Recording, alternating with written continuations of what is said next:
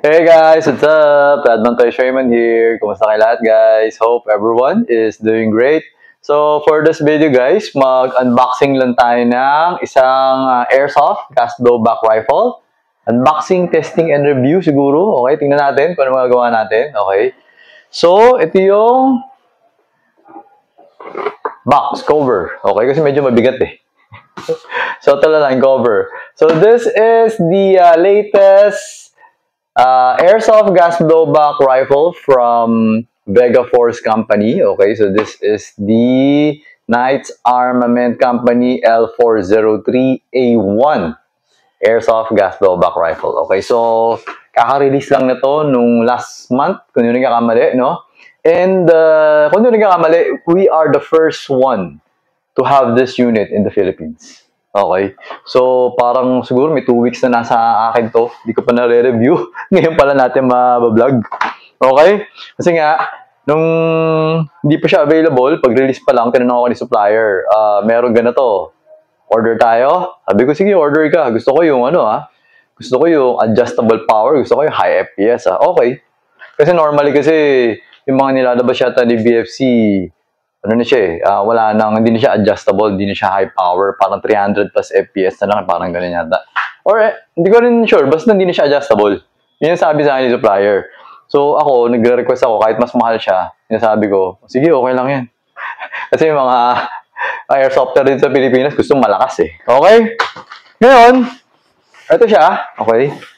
Sineperate natin para hindi mahirap. So, sa mga marami tayong viewers na sinasabi, nag-enjoy sila kasi nga, kahit pa paano daw, parang nakakabili na daw sila ng mga unit, diba? Kahit na ano kasi nga daw, pag nagre-review daw ako, parang nafe-feel nila na meron sila ng unit. Okay? So, ito, pakita ko sa inyo. So, kunwari, meron kayo, ganito itsura niya, guys. Ayan. Nakita niyo naman, bagong-bago yung plastiko. Wala pang kalukot-lukot yan. Hindi pa nalalabas. Okay? So, ganito siya. Okay, kita nyo naman gaano kalaki. And medyo mabigat siya. Siguro merong mga 3-4 kilo siguro to. Okay? Yun yung sa tingin ko. Teka lang, wala rin timbangan eh. Nasa kabila. Okay? Pero mabigat siya. Kasi full metal to eh. Okay? So ngayon, ilalabas na natin. Okay, so ayan. Meron siya. Yung pagkatan niya, kasi tansya eh, di ba? Parang ibang tan eh. Parang lang. Yan oh. Hindi siya yung typical na tan. Parang grayish tan siya eh. Okay, hindi ko alam kung nakikita nyo. Okay, yan. Yan siya guys. No? So, makinis. Makinis yung ano niya. Ano siya, hindi siya flat. So, hindi rin siya glossy. Parang semi-gloss siya, yung finish niya. Okay. Tapos, itong mga railing, hindi siya matalas. Kasi normally, matalas eh. Ito, hindi masyado matalas eh. Ano? Masarap hawakan. Okay. Okay siya. Tapos, yan. Itong grip niya, parang maliit.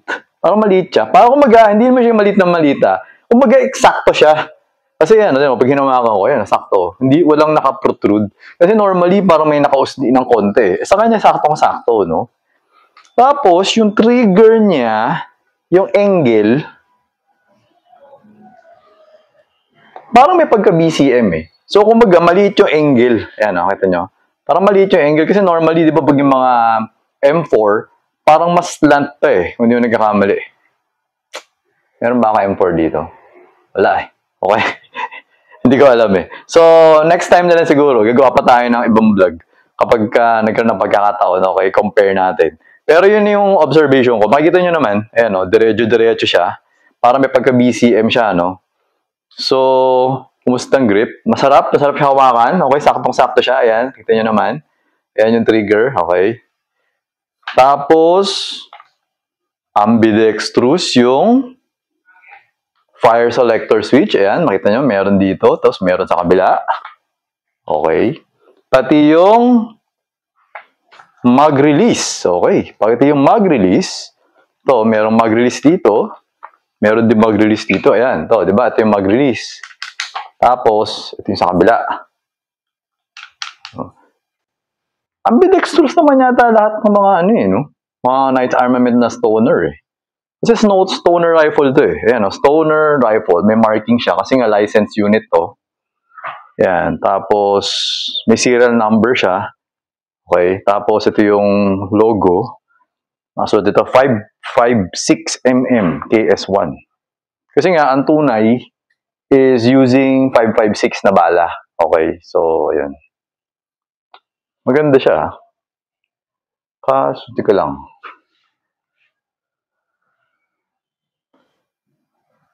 Parang iba na yata yung hop-up na din. Kasi parang dati, parang may nakita ko, nandito na daw yata yung hop-up eh. So, wait lang. Okay, flip up sights. Okay, adjustable. Ito, naangat. Okay, umaangat to. Tapos ito, umaangat din. Tapos, may umuusog din siya, left-right. Okay, so adjustable yung front and rear sights. Okay, crane yata tawag dito na buttstock. Okay. So, teka lang. Meron pa ako isang nakita eh. Ang tawag dito, bolt catch, no? Ito yung bolt catch niya, ambidextrous din. Alam mo mga ambidextrous naman talaga pag Knight's Armament eh. Kahit na yung mga, ano ba yung previous, ano ba yung mga nauna, ano ba yun? SR16 E3 Mod 2, diba? Yung carbine at saka CQB. Sa tingin ko, ano rin siya, ambidextrous, no? Okay. So, okay. Yun yung nakita ko. Okay. Ngayon, teka lang. Tingnan natin kung ano ba yung ibang kasama sa box. Siyempre, meron siya kasamang BB loader. Tsaka merong isang Allen wrench. Itong Allen wrench, lumiit. Dati kasi mas malaki yung Allen wrench. Parang dati yata, hindi ko lang alam kung ganito o mas payat. Kasi mas malaki yung before, yung mga previous version, yung lumiit eh. So parang tingin ko nag-iba yung hop-up nito. Tapos,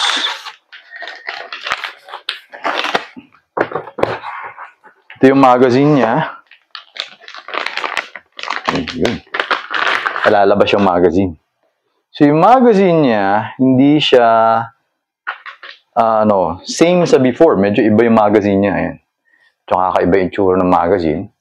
Hindi siya, teka, meron tayong magazine dito. May magazine dito. Hindi siya ganito na parang ordinary na M4. Parang ano siya, parang ano ba tawag dito? PMAG ba? Pero, pakal to eh. Ano ko metal to eh. Hindi naman to plastic eh. Ako subulat dito, ano ba to? VMAG. VMAG, 30 rounds. Okay, so, wait lang, check natin. Whoop! Meron din ako napansin, kakaiba. Yung gas route niya, hindi na siya sa likod. Okay? Napunta siya sa ilalim. Ewan ko bakit. Okay? Hindi ko alam. Napunta siya sa ilalim. Yun. Sa ilalim na. Ba't kaya? Hindi ko alam. Next time, try kong investigate. Kakalasin natin. So, parang bagong version yung magazine niya. Okay. Pero, compatible yung luma. Compatible nga ba? Parang parehas naman yata yung mag-grip. Parehas naman eh. So, parang compatible. Tetestingin natin para malaman natin kung compatible. Okay. Yun nga lang, meron akong medyo napansin na kakaiba kaya sa tingin ko medyo bagong version. Kasi, ito. See? Ito, tinan mo to. Magkaiba, di ba? Kasi ito, nasa kaha. Tapos ito, parang nasa loob. Inner siya. Okay, so, yun. Okay? Kung ngayon, isa pang gagawin natin is, bubuksan natin yung loob bago natin testingin. Check ko lang. So, ito, push natin yung pin. Check natin yung loob.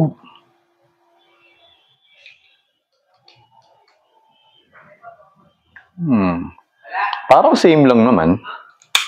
Pero malamang, as usual, steel. Teka lang, check ko lang kung may magnet ako dito. Ito, wait. Ayan tayong ilaw. Yung nakapag-prepare. Okay, steel. Steel, nagdikita naman. Okay, steel naman. Trigger. Hindi ko maabot yung trigger. Wait, hanap pa tayo na. Tiyating may makuha tayong magnet dito. Ito, kaya. Hindi, not work. Wait lang, kuha tayong magnet. Pause ko lang, pause. Sabihin pause. Yun, okay. So ito, kuha tayong magnet. Okay. Yan, nag-magnet yung, wait, dito sa kabila, para makita nyo. Tumikit naman. Okay, so, yung matatawag ito, fire selector switch, no? So, the hammer, the bolt catch, the firing pin. Yan, the firing pin. Yan, the firing pin. Steel, okay. Ano pa ba? Bolt carrier group. Just go to the bolt carrier group. Okay, removing the bolt carrier group. Okay, check natin. Bolt carrier group. Steel. Okay? Yun. Steel. Alright. So, teka, check natin. Ano ba? Iba ba? Bolt carrier group?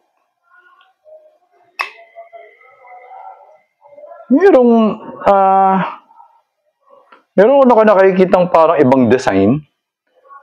Yan, medyo something like parang maarte.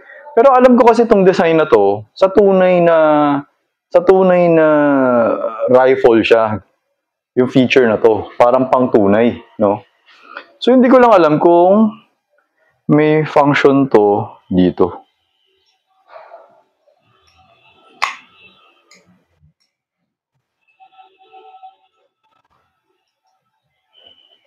Parang hatingin ko wala naman. Parang tingin ko wala siyang function. Kung mag-design lang siya. Yun, okay. So, ayan. Tapos, i-check ko lang. Check natin kung meron siya nung adjustment. Okay, so, wait lang. Kasi sabi ni customer, huwag ko daw adjustin. Siya na daw mag-a-adjust kasi may chrono naman daw siya. Okay, meron. Yan, ko. Ikutin natin konting-konti lang. Okay, isang ganun lang. Para sigurado lang tayo. Okay, ayun, medyo pumiit ng konti. Okay, ngayon, bago natin ikakabit, medyo silipin ko lang yung ito hindi naman yata steel to eh. Hindi nga. Okay. Hindi naman siya kailangang steel kasi hindi naman yata siya tumatama eh. So ito, medyo sisilipin lang natin kung bakit, kung nasa na ba yung hop-up. Saan ba yung hop-up? Okay. Yung hop-up niya nasa ilalim na.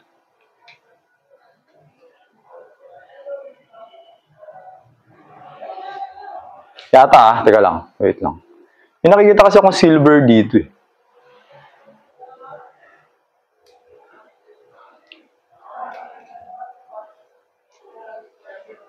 Testing. Tingnan ko lang kung lit kasi hindi ko alam kung yun nga yata. Kasi kumagat yan, may medyo kumakagat eh. Okay. So yun na yung hop-up niya. Nasa ilalim na hindi na yung nasarap. Hindi ko alam bakit nila pinalitan. Ba't nga ba nila pinalitan? No? So paano to adjustin if ever? Okay. So pwede siya dito. Pwede mo siya dito ipasok, adjustin mo. Or pwedeng kalasin mo siya. Tapos dito mo siya adjustin. Okay, so hindi ko alam kung bakit nila ganun ginawa. Bakit ganun ang ginawa nila? Baliktad yung yung sentence, yung mga words eh. Tika. Kasi alam mo naman eh, di ba?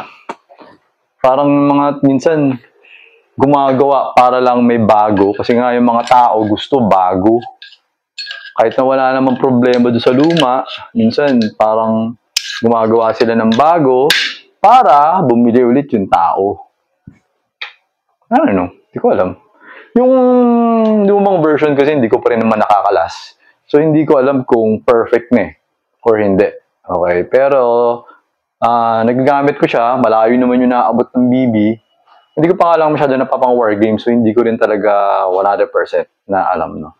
Kasi nga, syempre ako, parang target ko malalapit lang naman eh. So, ayun. Okay? So, hindi ko rin masasabi talaga kung mas okay itong bago or mas okay yung luma. Ang makakaalam lang yan is yung mga customer natin na nakabili na at gumagamit. Okay? So, sometimes na paminsan pa. Yun din yung advantage when you go into forums. Meron kasi mga airsoft forums, di ba? So, at least, pwede nyo kausapin yung mga ibang airsoft users na merong mga unit. Tapos, pwede nyo sila tanongin, kumusta? Meron ka nung previous version, saka nung bagong version, mas maganda ba yung hop-up ng luma? Mas maganda ba yung hop-up nung bago? Ganun. Kaso kasi paminsan, iba-iba rin yung iba-iba rin yung response ng mga tao. Meron magsasabi, hindi, mas gusto ko yung version 1 kaysa version 2. Meron na magsasabi, mas gusto ko yung version 2 kaysa version 1. So, ikaw maguguluhan ka rin eh. Doon pumapasok kung bakit ako mas prefer ko na bumibili na lang ako ng units pinaglalaroan ko. Kasi sa nagbabasa-basa ako ng mga review. Kasi nga, parang hindi mo rin malaman kung ano nga ba yung totoo. Parang ganun. So, ayun. For me naman kasi, in life, maganda yung marami ka natututunan. Yun ang isa sa mga dahilan kung bakit masaya ako. Masayahing tao ako. Kasi nga, parang parang medyo curious ako sa mga bagay-bagay. So what I'm trying to say is, parang share lang ako dun sa mga tao na malungkot, no? Malungkot kayo sa buhay. At minsan kasi naboboard na tayo eh. Pag naboboard ka na kasi, malulungkot ka talaga. Yun yung difference kasi pag tumatanda ka na, tsaka nung bata tayo. Nung bata kasi tayo, everything is new. Right? Kumbaga wala kang kaalam-alam eh. So lumalaki ka, yung ganyan, ganyan. So ngayon, pag tumatanda ka na, nagiging, lalo na pag nakapag-asawa ka na, may anak ka na, parang nagiging monotonous na yung araw-araw mo eh. So dyan pumapasok yung minsan, malungkot ka na, naboboard ka na. Okay, so yun yung dahilan kung bakit maganda na nag-aaral ka. Okay, pwede ka pumasok sa school or get a hobby na airsoft, tapos medyo kalikutin mo, mag-research ka. Kasi pag may natututunan kang bago, nagiging mas masaya ka eh. Something like that. Ganyan. Parang, maalala mo, parang bata ka ulit. O kaya, pwede rin mag-pick up kayo ng bagong sport, tapos aralin nyo. Okay? Ganun siya. Ganun na naman. Yun na naman yung mapansin ko sa mundo kasi parang maraming malungkot kasi. Tapos maraming miserable or miserable. So, huwag kayong malungkot, huwag kayong maging miserable. Isipin nyo nung bata kayo, ba't kayo masaya? Ganyan, pick up a hobby, magbasa-basa kayo, mag-research kayo, do fun stuff, move, okay, exercise, magpa-araw kayo. Okay? Yun lang naman. So, okay na to. Pwede na natin iputok. Okay? So, meron siyang sling mount. Okay, may butas dito. Ayan. Tapos, pwede rin yata ikabit yung sling mount dito. Parang ano ba yun? Quick detach, no? So, ayun. Okay na tong unit na to. Maganda, as usual. Length, okay? Length. Wala akong metro eh. Hindi ko masukat eh. Teka lang. Yung metro, hindi ko alam. Gusto ko na ilagay. Yung tape measure natin. Hindi ko alam. Pero parang ano siya, estimate ko mga nasa 10.5 or 11.5. Parang ganun. Wait. Pause natin, pause.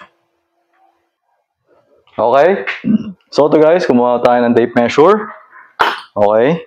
So ngayon, measure natin yung handguard muna. Okay, yung handguard. Yung length ng handguard is more than more than 12.5 inches. So, ano siya? Kung sa centimeter, it's 32.2. 32.2 centimeter. Okay? So, ito yung handguard. Magmula dito hanggang dito. Okay? So, yun siya. So, yung handguard is, kung sa inches, Mahirap eh. Hindi ko mabasa yung mga guhit-guhit eh. Basta ano siya eh. So, 11 and a half. 11 and a half is, ilan bang 11 and a half? Inches. Ilan ba to? 12. Basta may dalawang guhit after 11 and a half. Ay, after 12 and a half pala. Sorry. After 12. Kasi 1 foot eh. 1 foot, tapos kalahati, tapos may dalawang guhit. So, ayun siya. So, ngayon, pag sinama natin yung barrel hanggang ano, kasi hindi naman natin pwede sama yung barrel kasi may ano siya eh, flash hider siya eh. So, estimate ko na lang, kunyari, barrel lang. Hindi ko sasama yung flash hider. Yung barrel niya, siguro mga 13 and a half. So, nilagpas ko lang ng konti. No? So, parang lumabas kasi dito, 13, tapos inusog ko lang konti. So, parang ganun siguro. Mga 13 and a half yung barrel niya. Okay. So, yung sa mga di familiar, this is a parang copy siya ng ano, it's a replica of a real firearm. Okay, real rifle na Knight's Armament. Okay, so kung ano yung itsura ng tunay, ganito siya. And yung L40 ano ba? L403A1 parang medyo bagong rifle yata siya na Knight's Armament, no. Ngayon, meron pa pala akong isang napansin. Yung pinaka-barrel niya sa loob, hindi ko alam kung makikita. Ayan, guys, nakita nyo. Parang may design, no? May bilog-bilog. Ito yun. Hindi siya yung, di ba meron yung typical na plain lang. So, sa kanya, bilog-bilog. Ako, ang sa tingin ko, kung bakit ganyan, para mas mabilis lumabas yung init, yung heat dissipation niya. Ganun siya. Sa tunay, yun sa tingin ko yung dahilan kung bakit may mga ganyan. Kasi nga, di ba, kapag sa tunay, yan yung mainit eh, yung barrel na yan eh, yan yung mainit. Kaya nga may handguard eh, para hindi mo mahawakan yung barrel. Di ba? So, yun. Yan yung purpose niyan. Okay? Okay, so, ikakasa na natin. First time makasa. Ba? Okay Iba yung feeling, snappy. Parang medyo matigas yung recoil spring, no? Buffer spring. Okay. Yung ano niya, yung trigger niya parang standard naman na VFC, yung mga M4 before. Okay. So ngayon, gamitin na natin tong lumang magazine para testing natin. Para pakita natin to sa customer natin na testingin natin siya. Okay. So ngayon, wait. Before, check natin. Okay. Ayaw siya malagay sa safe kapag ka naka-hammer down. Pwede sa semi-auto. Okay? Ganda nung ganda yung ductility nung fire selector switch. You know? Hindi siya maalog. Parang saktong-sakto siya. Okay. So, ito na. Pasok natin. Pasok. Swak na swak. Okay. Alam ko naman, feeling ko naman compatible naman ito. So, kakasay na natin. Malalaman natin pag hindi hindi. Okay. Wala namang pasok naman. Pasok ba?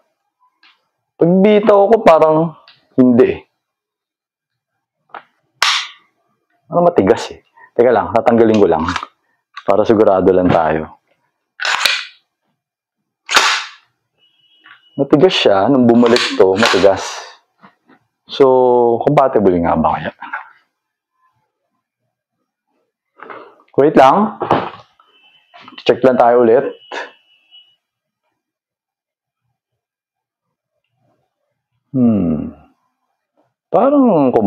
Parang same lang naman.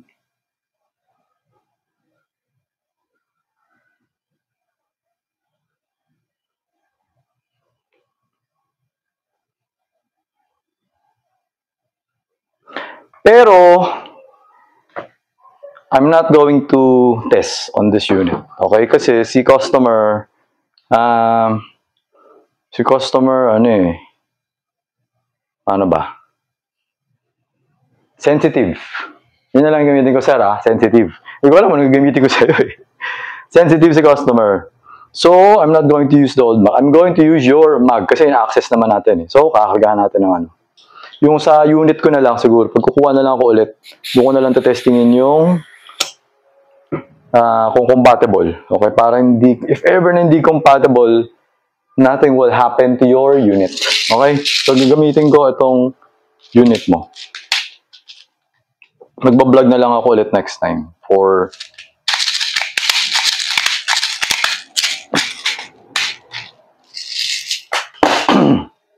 yan. Sariling magazine mo yung gagamitin natin. Okay?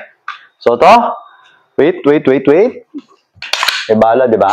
Okay. Yun, kasi kanina, yung ginamit ko yung form mag, parang ano kasi siya, parang hindi pumasok eh. So, di pa ako sure kung bakit. Kasi nga, syempre, charging handle lang naman to. So, pwede kasing masikip masyado yung bolt carrier group, kaya parang hindi siya sumunod, hindi siya sagad na nakapasok dun. Kumbaga, baka naiipit or something, no? So, hindi natin gagawin yun. So, since loaded na to, pasok natin to, pwede natin siya iputok. Okay, pasok. So, firing. Teka lang. Baka malakas to, baka mabingi na naman ako. Medyo lalayo ko na lang yung ulo ko.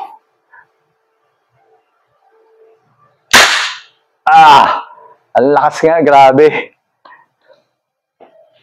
Nakakabingi.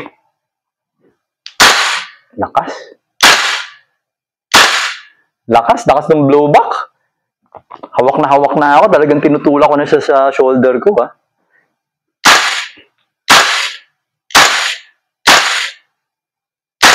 Okay. Full auto. Ewan ko lang kung may bala pa to. Okay. Solid. Takas. Okay. So, nag-open bolt, open chamber. Okay. So, removing the magazine. No more BB. Okay. So, setting to semi-auto. Okay. So, hammer down. Okay. So, ayun guys. Nakita nyo naman atong unit na to. So, okay na siya. So, sir, na ikaw yung nag-order na to. Okay na siya. So, i-prepare ko na. Tapos, papalalamog ko na siya sa inyo ngayon. Okay? Pakuha nyo na sa lalamog. Okay. So, ayun guys. If you want to order from me, message na lang ako sa ating Facebook page, Redman Toys Airsoft or Redman Toys Airsoft Philippines. Okay? Kung hindi nyo mahanap yung page, pwede nyo ako i-message sa Viber or i-text nyo ako. 0922-632-7722. Okay? So, ayun guys. Until next vlog, always remember to stay safe, stay great, be good, and be thankful always. God bless everyone. Bye-bye.